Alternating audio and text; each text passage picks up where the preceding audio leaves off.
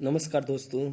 आज के इस वीडियो में हम डिस्कस करने वाले हैं आरपीएससी 2018 में पूछे गए प्रश्नों को। इस वीडियो में आरपीएससी 2018 के द्वारा जो व्याख्याता भर्ती परीक्षा हुई थी, जिसमें हर सब्जेक्ट में 30 प्रश्न साइकोलॉजी के पूछे जाते हैं, और मेरा ये मानना है, जितना मेरा एक्सपीरियंस रहा है, कि हर एग्ज़ाम के जो क्वेश्चंस हैं उनको आने वाले एग्ज़ाम्स में रिपीटिशन होता है। तो दोस्तों, आप लोग जब आने वाले वैकेंसीज़ की तैयारी कर रहे हैं, प्रिपरेशन कर रहे हैं, तो पिछले जो पुराने पेपर्स हैं उनको आपको पढ़ने की ज़रूरत नहीं है। विद आंसर्स आपको इस चैनल पर वो सभी प्रश्न यहाँ पर मिलेंगे विद हिंदी एंड इंग्लिश। तो दोस्तों, चलो सीखते हैं, उन प्रश्नों के बारे में जानते हैं कौन कौन से प्रश्न पिछले पेपर में पूछे गए थे। तो पिछला जो कॉमर्स सब्जेक्ट का पेपर हुआ था, जिसमें 30 प्रश्न साइकोलॉजी से रिलेटेड पूछे गए थे, उनके बारे में हम यहाँ पर जानकारी प्राप्त करते हैं। तो दोस्तों, जो पहला प्रश्न हम डिस्कस करने जा रहे हैं आज का, वो है कि निम्नलिखित में से कौन सी शिक्षा मनोविज्ञान का एक कार्य नहीं है। तो इधर जो ये है, ये इंग्लिश मीडियम है। विच of the following is not a function of educational psychology. तो दोस्तों, अनुशासन बनाए रखने में सहयोग, कक्ष की समस्याओं का समाधान, आकलन एवं मूल्यांकन में सहयोग। तो ये जो तीनों कार्य हैं, helping in maintaining discipline, solving classroom problems, helping in evaluation and assessment, ये तीनों ऑप्शंस जो हैं, ये तीनों एजुकेशनल साइकोलॉजी के फंक्शन हैं, कार्य हैं। अर्थात कोई भी विकल्प सही नहीं है। यही आंसर यहाँ पर होगा दोस्तों। इसका आंसर होगा 4। अगला जो प्रश्न है वो है शिक्षा मनोविज्ञान नहीं है। अर्थात इन 4 ऑप्शन में से एक ऑप्शन शिक्षा मनोविज्ञान अर्थात एजुकेशनल साइकोलॉजी से रिलेटेड नहीं है। तो पहला ऑप्शन है मनोविज्ञान एक अनुप्रयुक्त शाखा है। It is an applied branch of psychology, ये करेक्ट है। शिक्षा का विज्ञान द साइंस ऑफ एजुकेशन, ये भी करेक्ट है। अधनात्मक विज्ञान अ पॉजिटिव साइंस, ये भी करेक्ट है। और जब हम बात करते हैं तो एजुकेशनल साइकोलॉजी एक मानक विज्ञान नहीं है, अ नॉर्मेटिव साइंस नहीं है। ये वाला प्रश्न 2nd ग्रेड में भी पूछा जा चुका है। इसका आंसर जो हो वो आप जान गए होंगे, एक मानक विज्ञान अर्थात नहीं, ये शिक्षा मनोविज्ञान नहीं है। अगला जो प्रश्न है वो है निम्नलिखित में से कौन सा कथन शिक्षा मनोविज्ञान के संदर्भ में सही नहीं है। तो दोस्तों, वैसे तो हम डायरेक्टली बात करें तो ये वाला प्रश्न जो है आरपीएससी के द्वारा डिलीट कर दिया गया था, तो इसके बारे में हम यहाँ डिस्कस ज़्यादा नहीं करेंगे। अगला जो प्रश्न पूछा गया था वो इजी है, बहुत आसान प्रश्न है, जो हर एग्जाम में पूछा जाता है कि निम्नलिखित में से किस मनोवैज्ञानिक ने किशोरावस्था की विशेषता बताने के लिए वाक्यांश तूफान एंड तनाव का प्रयोग किया है। Means which of the following psychologist introduced the phrase storm and stress to characterise adolescence. ध्यान रखना दोस्तों, जो किशोरावस्था है, एडोलसेंस पीरियड है, उसको स्टेनले हॉल जो दूसरे नंबर के ऑप्शन है, इन्होंने उसे तूफान एवं तनाव की अवस्था कहा है। ओके दोस्तों, अगला जो प्रश्न है जिसकी हम बात करेंगे वो है एरिक एरिक्सन के अनुसार किशोरावस्था के लिए नियामक संकट है। तो किशोरावस्था का जो नियामक संकट है, जिसे हम नॉर्मेटिव क्राइसिस बोलेंगे, वो identity versus role confusion, conflict भी बोल सकते हैं, रोल कॉन्फ्लिक्ट भी। तो यह ऑप्शन इसका राइट है, क्योंकि ट्रस्ट एंड मिसट्रस्ट है वो चाइल्डहुड के लिए आता है। Autonomy versus shame and intimacy versus isolation, ये जो तीसरा और चौथा ऑप्शन है, ये प्रौढ़ावस्था से रिलेटेड है। दोस्तों, ये जो 8 अवस्था है इनके द्वारा बताई गई थी एरिक इरेक्शन के द्वारा। तो जब हम इनका जो पढ़ेंगे सिद्धांत, उस समय इसके बारे में डिस्कशन करेंगे। चलो दोस्तों, आगे का प्रश्न जानते हैं। कोहलबर्ग के नैतिक विकास सिद्धांत के अनुसार निम्नलिखित में से कौन सा कथन चौथे चरण की विशेषता दर्शाता है। तो इन्होंने 5 चरण बताए थे, उसमें चौथे चरण की विशेषता बताने वाला कौन सा है। तो according to Kohlberg's theory of moral development, which of the following statement characterises the stage 4। तो चौथे चरण को बताने वाला दोस्तों ध्यान रखना, अच्छा लड़का अच्छी लड़की अभिविन्यास, good boy good girl orientation, यही ऑप्शन करेक्ट है दोस्तों। यही आरपीएससी के द्वारा माना गया है। अगले प्रश्न की हम बात करते हैं, बहुत इजी प्रश्न है। मॉडलिंग का संप्रत्यय निम्नलिखित में से किसके कार्य पर आधारित है। तो जो मॉडलिंग का कॉन्सेप्ट है, यह जो अल्बर्ट बंडूरा है उनके सिद्धांत पर आधारित है, जिन्होंने ढोल के ऊपर प्रयोग किया था। अगला प्रश्न ध्यान रखना दोस्तों, मानसिक स्वास्थ्य के संदर्भ में निम्नलिखित में से कौन सा कथन सही नहीं है? सही नहीं है तो mental health can not be achieved without physical health. बिना शारीरिक स्वास्थ्य के मानसिक स्वास्थ्य प्राप्त नहीं किया जा सकता। करेक्ट है दोस्तों। मानसिक स्वास्थ्य एक स्थिर संकल्पना है। ध्यान रखना, मेंटल हेल्थ हमेशा बनी नहीं रहती, इसका मतलब ये स्थिर संकल्पना नहीं है ना मानसिक स्वास्थ्य। तो इसका मतलब ये ओड हो गया। तीसरा देख लेते हैं कि मानसिक स्वास्थ्य नीतिपरक मानकों से भिन्न है। ध्यान रखना दोस्तों, इथिकल जो स्टैंडर्ड्स होते हैं और मेंटल हेल्थ होते हैं, बोथ आर डिफरेंट। ओके, मानसिक स्वास्थ्य एवं सामाजिक योग्यता समान नहीं है। Mental health and social ability not similar, दोनों ही सेम नहीं है, ये भी सही है। तो पहला, तीसरा और चौथे जो कथन है वो मानसिक मेंटल हेल्थ के संदर्भ में सही है, जबकि सेकंड वाला ऑप्शन सही नहीं है। Mental health is a static concept, ये सही नहीं है, ये एक डायनेमिक कॉन्सेप्ट है। ध्यान रखना, मेंटल हेल्थ एक डायनेमिक कॉन्सेप्ट है। ओके, अगला क्वेश्चन है कि निम्नांकित में से कौन सा प्रणाली उपागम का एक चरण नहीं है?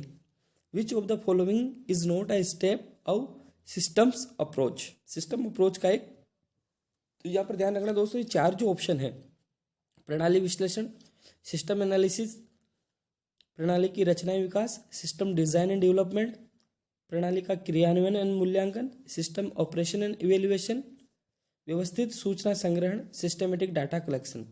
तो जो चौथे नंबर वाला ऑप्शन है दोस्तों, इसे उन्होंने आंसर माना है और ये सही भी है, क्योंकि analysis, design, development and operation evaluation, ये पांचों के पांचों इसी के चरण हैं। किसके? सिस्टम अप्रोच के। तो दोस्तों ये जो कुछ प्रश्न थे, इनके साथ में हम अगले प्रश्नों को चेक करते हैं। अगला प्रश्न होगा हमारा कि निम्नांकित में कौन सा अनुदेशनात्मक तंत्र के प्रणाली उपागम की एक विशेषता नहीं है? अब ध्यान रखना दोस्तों, विशेषता नहीं है पूछ रहा है। देखो, which of the following is not a phase of system approach to instructional system? तो उद्देश्यों का निर्माण करना है, अर्थात फॉर्मुलेशन ऑफ ऑब्जेक्टिव्स, विद्यार्थियों के प्रवेश व्यवहार का पूर्ण मूल्यांकन, pre assessment of student entering behaviour, अनुदेशनात्मक तंत्र का विकास, डेवलपिंग इंस्ट्रक्शनल सिस्टम। करेक्ट, ये जो तीनों ऑप्शन है दोस्तों, ये अनुदेशनात्मक तंत्र अर्थात इंस्ट्रक्शनल सिस्टम की विशेषताएं हैं।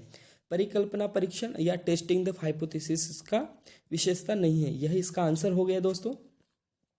अगले वाले प्रश्न की बात करते हैं। ये प्रश्न लगभग मैंने हर पेपर में देखा है दोस्तों, कि निम्नांकित में से कौन सा अग्रिम संगठन शिक्षण प्रतिमान का एक चरण नहीं है?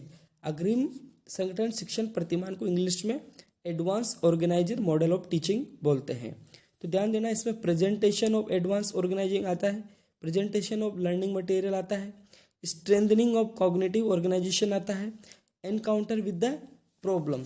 तो ये ध्यान रखना है दोस्तों, यही ऑप्शन आरपीएससी के द्वारा माना गया है ना। ध्यान रखना दोस्तों कि एडवांस जो ऑर्गेनाइजर है, एडवांस ऑर्गेनाइजर, इसका जो आंसर है समस्या का सामना करना, एनकाउंटर विद द प्रॉब्लम, यही सही माना गया है। अगला जो प्रश्न है, निम्नांकित में से किसके मत के अनुसार ज्ञान की रचना में सामाजिक अंतःक्रिया की भूमिका महत्वपूर्ण है? विच of the following believe that social interaction is important for construction of knowledge? अर्थात ज्ञान के संरचना या ज्ञान की रचना के लिए जो सामाजिक अंतःक्रिया की भूमिका है वो लेव वाइगोत्स्की ने कहा है दोस्तों। ये जो कथन है वो लेव वाइगोत्स्की का है। ओके दोस्तों, चलो हम आगे का प्रश्न देखते हैं। सामूहिक बुद्धि की संकल्पना की प्रेरणा है। सामूहिक बुद्धि मतलब इमोशनल इंटेलिजेंस। तो इमोशनल इंटेलिजेंस के जो फर्स्ट टाइम इंट्रोड्यूस करवाने वाले हैं वो पीटर सैलोवी एंड जॉन मेयर हैं। तो ये भी हो गया दोस्तों, बहुत इजी प्रश्न है, ये प्रश्न कई बार पूछा जा चुका है। अगला प्रश्न है, जीन पियाजे के संज्ञानात्मक सिद्धांत के अनुसार, संज्ञानात्मक जो सिद्धांत है उनका कॉग्निटिव डेवलपमेंट थ्योरी, तो उसके अनुसार संरक्षण के नियम की समझ विकसित होती है। तो उन्होंने इस संज्ञानात्मक सिद्धांत में 4 अवस्थाएं बताई थी: संवेदीगामक स्तर, मूर्त संक्रियात्मक स्तर, पूर्व संक्रियात्मक स्तर और औपचारिक संक्रियात्मक स्तर। इन चारों के इंग्लिश नेम ये रहे हैं। तो दोस्तों ध्यान रखना कि इन चारों में से जो है कॉन्क्रीट ऑपरेशनल जो स्टेज है, मूर्त संक्रियात्मक स्तर, इसमें संरक्षण के नियम की समझ विकसित होती है, ये बताया गया है। अगले प्रश्न की जब हम बात करते हैं कि हेंज की दुविधा निम्नांकित में से किस सिद्धांत से संबंधित है, तो ध्यान रखना दोस्तों, जो ये हैं ये कोलबर्ग के जो नैतिक विकास का सिद्धांत है, Kohlberg's theory of moral development, उससे रिलेटेड है हेंज की दुविधा। अगला प्रश्न जो है पुनर्वलन के संबंध में निम्नांकित में से कौन सा कथन सही नहीं है, तो ध्यान देना दोस्तों, ये वाला प्रश्न भी जो आरपीएससी है उसके द्वारा डिलीट कर दिया गया है। अगला प्रश्न, मेयर 2008 द्वारा दी गई सामूहिक बुद्धि की संकल्पना में निम्नांकित में से क्या समाहित नहीं है। जो इमोशनल इंटेलिजेंस है, तो मेयर ने 2008 में इसको फिर से परिभाषित किया और कुछ संकल्पनाएं दी थी। तो उसमें इन्होंने इसके 4 जो ऑप्शन हैं, इसमें से 3 इन्होंने दी थी और 1 नहीं दी थी। तो ability to read others emotion correctly दी थी, सेल्फ मोटिवेशन सही है, regulating controlling one's own emotion ये भी करेक्ट है दोस्तों। ये इनकी हिंदी, दूसरों के संवेग को ठीक से पढ़ना, आत्म प्रेरणा, अपने संवेगों का नियमन एवं नियंत्रण। जो आंसर है इसका, दूसरों को अभिप्रेरित करना, इस संकल्पना का इसमें समावेश नहीं किया मेयर महोदय ने। ओके दोस्तों, अगला प्रश्न जो है हमारा, निम्नांकित में से कौन सा शास्त्रीय अनुबंधन से संबंधित नहीं है। जो शास्त्रीय अनुबंधन है, क्लासिकल कंडीशनिंग थ्योरी, अधिगम का सिद्धांत है पावलोव के द्वारा दिया गया, उसमें एक्सटिंक्शन, स्पॉन्टेनियस रिकवरी, डिस्क्रिमिनेशन, ये तीनों ऑप्शन है सर। ये शेपिंग के बारे में कोई डिस्कशन वो नहीं करते हैं, अर्थात ये इससे रिलेटेड नहीं है। अगला प्रश्न एक एग्जाम्पल बेस्ड प्रश्न है, टीचिंग एप्टीट्यूड से रिलेटेड है कि आज धूप तेज एवं असुखद है। Today sunlight is uncomfortably bright. आप धूप चश्मा लगा लेते हैं। You put on a sun glass which reduced your discomfort. जो आप चश्मा लगाते हैं तो आपकी असुविधा को कम कर देता है। तो यह एक उदाहरण हो सकता है। ध्यान देना दोस्तों, यह एक नकारात्मक पुनर्बलन का उदाहरण है। ये सा आरपीएससी के द्वारा माना गया नेगेटिव रीइंफोर्समेंट। अगले प्रश्न की जब हम बात करते हैं दोस्तों, तो वो प्रश्न आ जाता है हमारा कि सुप्रसिद्ध जो 3 पर्वत समस्या है, 3 माउंटेन प्रॉब्लम का प्रयोग जीन पियाजे ने निम्नांकित में से किस संकल्पना को स्पष्ट करने के लिए किया। मतलब जीन पियाजे ने जो द 3 माउंटेन प्रॉब्लम है उसका प्रयोग, जो कॉन्सेप्ट दिए गए हैं 4 कॉन्सेप्ट, इनमें से किसके अर्थ में या किसको स्पष्ट करने के लिए दिया गया। तो ध्यान देना दोस्तों कि यहाँ पर जो 4 ऑप्शन है, जैसे लॉ ऑफ कंजर्वेशन, इगोसेंट्रिज्म, एबिसर्च एरर, रीजनिंग एबिलिटी। तो इगोसेंट्रिज्म अर्थात स्व केंद्रण, इसको स्पष्ट करने के लिए इन्होंने द 3 माउंटेन प्रॉब्लम जो है थ्योरी दी है। अगला प्रश्न है दोस्तों, तो निम्नांकित में से किस पुनर्बलन शेड्यूल में पुनर्बलन सबसे कम और पूर्व अनुमन्य होता है। In which of the following schedule reinforcement the reinforcement least predictable, अर्थात सबसे कम जिसे हम पूर्व अनुमान लगा सकते हैं, ऐसा पुनर्बलन इन 4 में से किसमें है। तो जैसे fixed interval schedule, fixed ratio schedule, variable ratio schedule, all are equally predictable. तो ध्यान देना दोस्तों, सबसे कम जो प्रिडिक्टेबल होता है वो वेरिएबल रेशियो शेड्यूल होता है, चर अनुपात शेड्यूल। यही आरपीएससी के द्वारा माना गया है।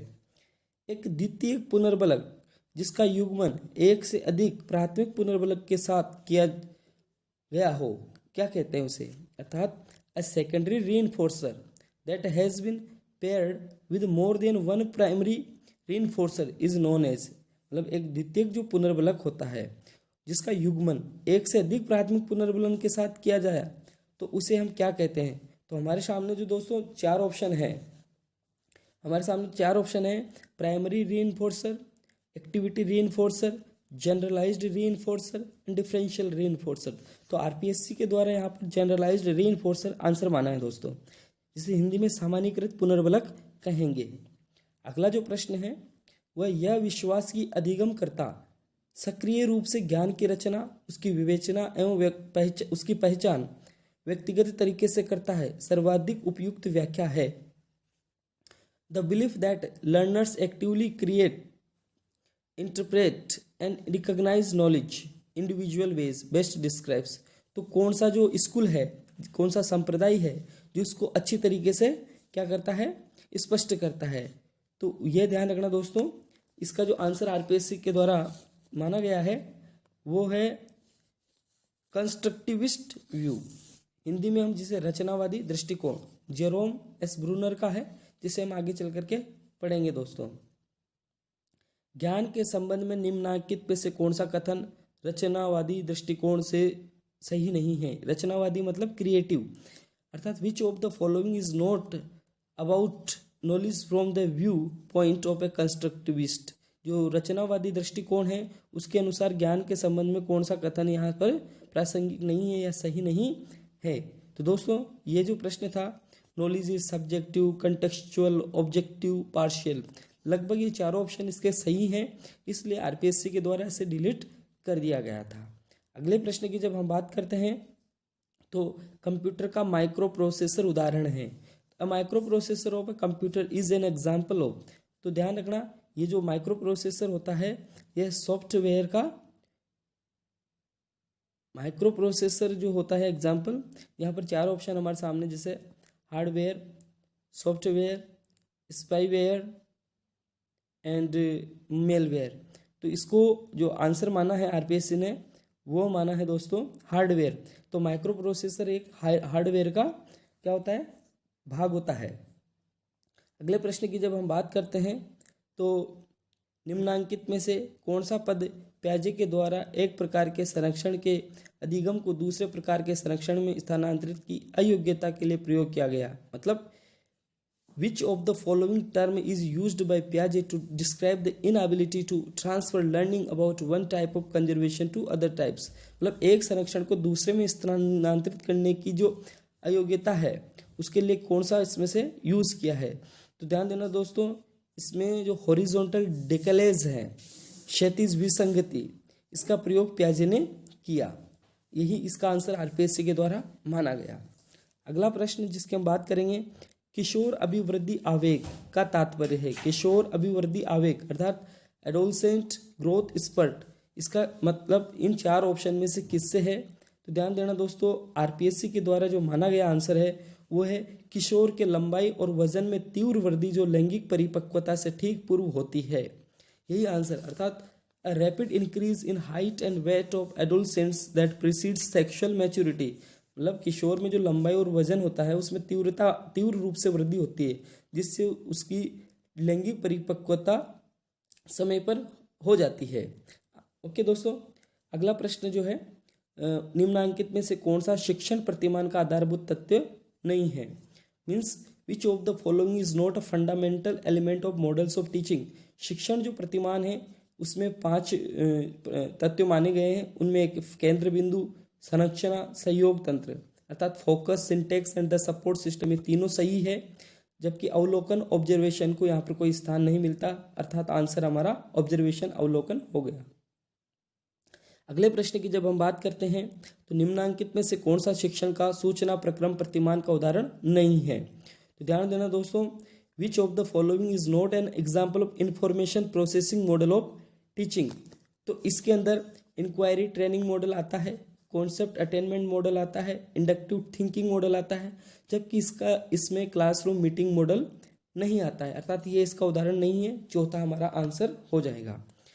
आज के इस पेपर का जो 30वां प्रश्न या यूँ कहें कि अंतिम प्रश्न जो कि 2018 कॉमर्स के पेपर में आया था साइकोलॉजी से रिलेटेड, वो है निम्नांकित में से कौन सा सॉफ्टवेयर का एक उदाहरण नहीं है। सॉफ्टवेयर नहीं है तो आपको पता है MS word, MS Excel, MS PowerPoint तीनों सॉफ्टवेयर होते हैं, जबकि टच पैड हार्डवेयर में आता है। इसका मतलब हमारा आंसर हो गया 4 नंबर का। तो दोस्तों इस प्रकार से आज हमने जो आरपीएससी के द्वारा पूछे गए कुछ प्रश्न हैं, 30 प्रश्न डिस्कस किए हैं। ऐसे ही आने वाले समय में हम लगातार प्रश्नों को डिस्कस करते रहेंगे। यूँ मत सोचिए कि हमने अभी साइकोलॉजी को पढ़ाना बंद कर दिया है। साइकोलॉजी की एक यूनिट हमारी कंप्लीट हो चुकी है, शिक्षा मनोविज्ञान, एजुकेशनल साइकोलॉजी। हम बहुत ही जल्द एजुकेशनल साइकोलॉजी की दूसरी यूनिट बाल मनोविज्ञान या चाइल्ड डेवलपमेंट या चाइल्ड साइकोलॉजी स्टार्ट करने जाएंगे दोस्तों। आने वाले 1 या 2 दिन में हम चाइल्ड साइकोलॉजी जो सेकंड यूनिट है उसको शुरू कर देंगे। साथ ही हम सेकंड ग्रेड और फर्स्ट ग्रेड की जो इंग्लिश है उसकी वीडियोस भी हम 1 या 2 दिन में शुरू करने वाले हैं दोस्तों। इंग्लिश मीडियम की साइकोलॉजी भी आपको अगले यूनिट से साथ साथ मिलेगी। तो आप लोग यदि इस चीज़ का बेनिफिट अच्छे से उठा पा रहे हो और आपको लगता है कि ये चैनल आपके लिए यूज़फुल है तो प्लीज़ दोस्तों इस चैनल को अधिक से अधिक ज़रूरतमंद दोस्तों तक पहुंचाने का कष्ट करें। और आपके जो सहयोग है, आप जो इसको यूज़ करते हो उसके लिए मैं आपका आभारी हूँ। दोस्तों लगातार मेरे साथ बने रहने के लिए आपका बहुत बहुत धन्यवाद। Good night.